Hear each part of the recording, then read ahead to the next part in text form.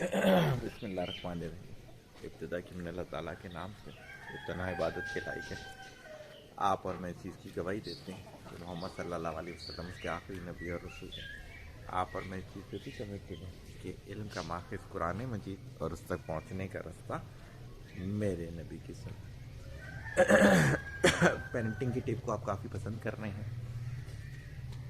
बहरहाल अल्हम्दुलिल्लाह सीरीज़ हमारी सारी चलती रहेंगी, लेकिन हम ये समझते हैं कि वो सारी सीरीज़ बेहतर हैं, तो इसी वजह से हमने वो सारी सीरीज़ शुरू की हैं। किसी को कोई पसंद आ रहा होगा, किसी को कोई पसंद आ रहा होगा, तो उसमें कोई ऐसा मुलाहिका नहीं है। तो आज जो पेरेंटिंग की टिप लेकर आया हूँ वो ये लेकर आया हूँ, आपने बहुत सौ के नाम से मुँह से सुना होगा। वो कहते हैं कि मेरे बच्चे तो मेरे से बहुत डरते हैं। इस जुमले के अंदर दो कबाहितें हैं, सही होगी, ये याद रखें। पहली, आपके बच्चे आपसे नहीं डरते। आपके बच्चे जो है ना वो बेसिकली आप के अभी मार से डरते होंगे, आपकी ताकत से भी डरते होंगे, आपके वसाइल से भी डरते होंगे। उनके पास कोई दूसरे वसाइल नहीं है, कहाँ जाके पर जिंदगी गुजारें। आपको लग रहा होगा मैं गलत कह रहा हूँ। मैं इसकी मिसाल दे देता हूँ आपको। हमारे घर के करीब ही एक दो गलियां छोड़कर एक साहब रहते थे। अच्छे जानदार थे, इंतकाल हो चुके, अल्लाह ताला उनके अगले सफ़र को आसान करे। तो वो अपने बच्चों को हर चीज़ समझाने के लिए मारते थे। माशाल्लाह उनकी ताकत ऐसी थी कि जो बड़ा जानवर होता है, बैल होता है, वो अकेले गिरा लिया करते थे कुर्बानी में, इतनी ताकत थी। तो उनका बड़ा बेटा जब उनके बराबर हुआ, जवान हुआ, तो एक दिन हम जुमा पढ़ने जा रहे थे, तो बाप बेटा की आपस में किसी बात पे तू मैं हुई। तो बेटे ने रख कर थप्पड़ दिया अपने बाप को, हमारे सामने की बात है, और हम लोग शौक में आ गए। यानी कि इतना ज़्यादा हमें ये अमल बुरा लगा कि हम वापस घर आ गए, हम नमाज़ पढ़ने नहीं गए। हमें इतना फील हुआ। हालांकि मैं हर किसी को कहता हूँ ये थप्पड़ उसी दिन लग गया था जिस दिन ये बाप ने बच्चे को थप्पड़ मारा था। सही होगी, समझाने का ये तरीका नहीं हुआ करता।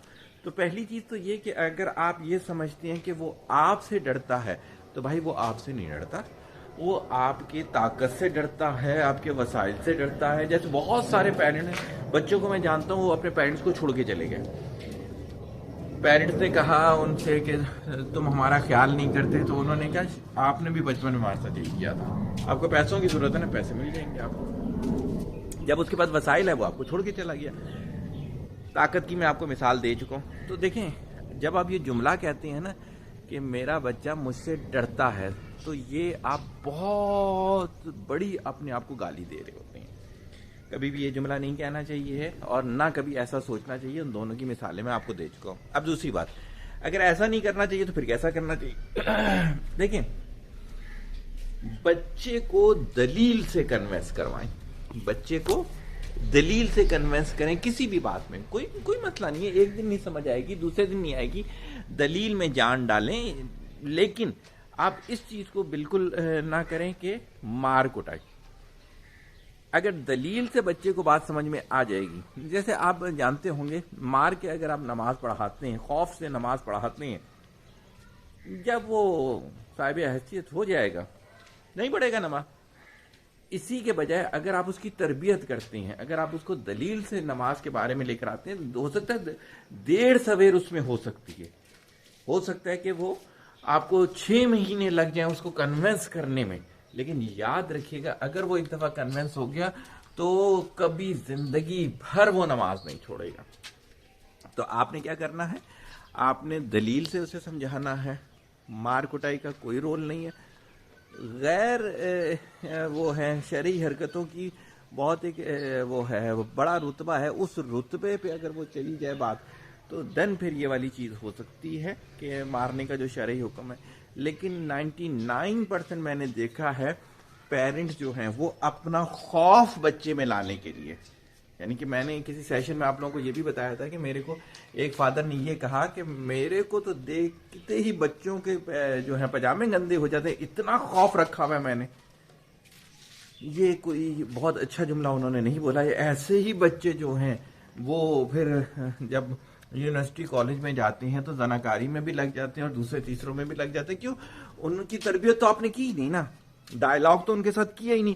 ان کے برین کے اندر جو انسالویبل کوسچن تھے ان کے جواب آپ نے دیے ہی نہیں. جب آپ نے ایسا کیا ہی نہیں تو آپ کیسے اس چیز کو سمجھ سکتے ہیں کہ وہ کوئی بہت اچھا رزلٹ دے گا زندگی کے اندر؟ سمجھیے گا، بات سمجھ میں آئے تو کامنٹس بھی کیجئے گا، شیئر بھی کیجئے گا. اگر سمجھ نہ آئے تو مجھے بولیے کہ میں دوبارہ رپیٹ کر دوں گا. طالب دعا محتاج دعا. السلام علیکم.